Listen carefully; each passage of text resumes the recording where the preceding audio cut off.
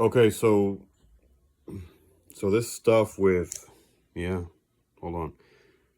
This stuff with Charlie Kirk is going to blow over.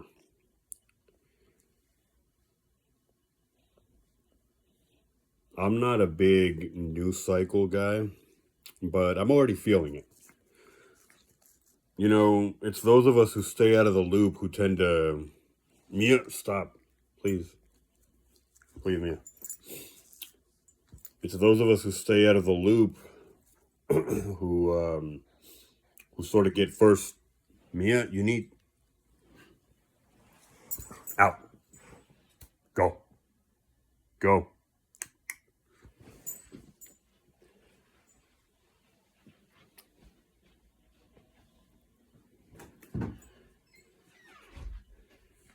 Sorry. It's those of us who stay out of the loop who sort of get first dibs. Not the best word choice. It's it's those of us who are out there, so to speak, who get the first feel for when things begin to blow over, right? Because let me take my socks off for real quick. Just got off work. We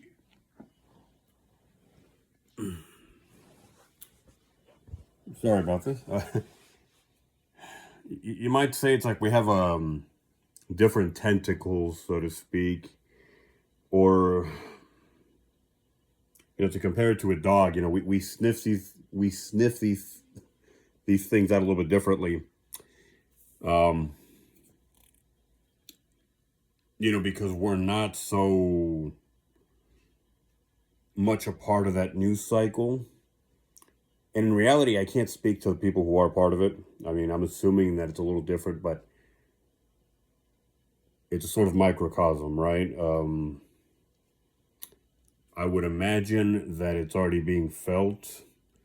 Say to that, that housewife who watches the news constantly. I mean, she's getting a feel for it. Don't get me wrong, but a little differently, right?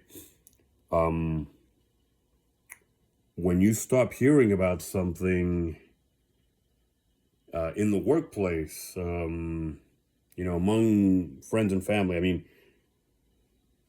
whatever social circles you may have, that's sort of the beginning. Um, it'll be on the news, it'll die down, but a little bit slower within that news cycle. But on the outskirts, people will begin to notice. People will begin to notice that something gets mentioned a little bit less. Someone like me who gets most of my exposure to the world from things like YouTube and to a tiny extent Instagram. I don't really do social media all that much, but and the stuff that I engage in isn't really news related for the most part. Not day to day news. But the point I'm making here, I keep dragging these things out. It's gonna boil over.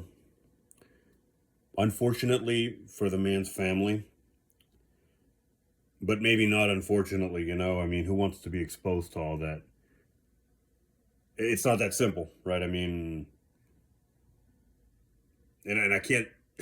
For that reason, I can't say that it's a simple matter of pros and cons. I mean, there's no pros to this for anybody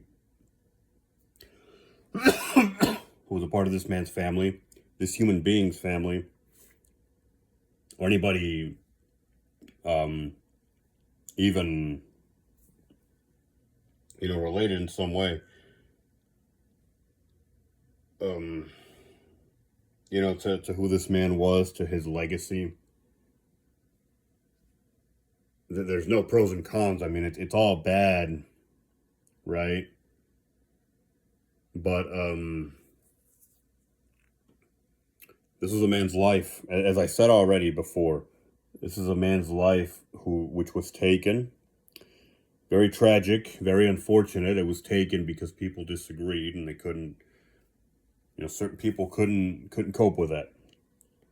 simplistic way of looking at it, but I'm gonna simplify it. Sometimes you got to be blunt and you got to be simplistic about things.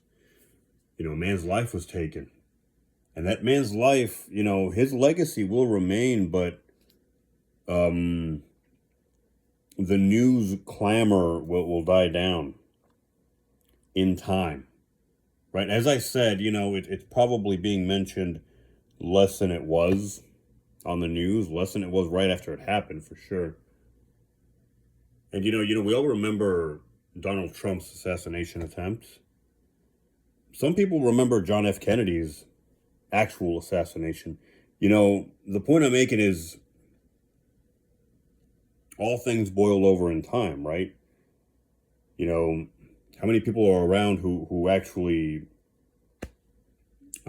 witnessed John F. Kennedy's assassination, whether it be, I don't know if it happened live. I'm not sure why I'm, getting this deep into it, but, or, witnessed it, hearing about it, in some way. Um, and I brought up the Donald Trump thing. People still talk about it, but in time, events happen and they are forgotten.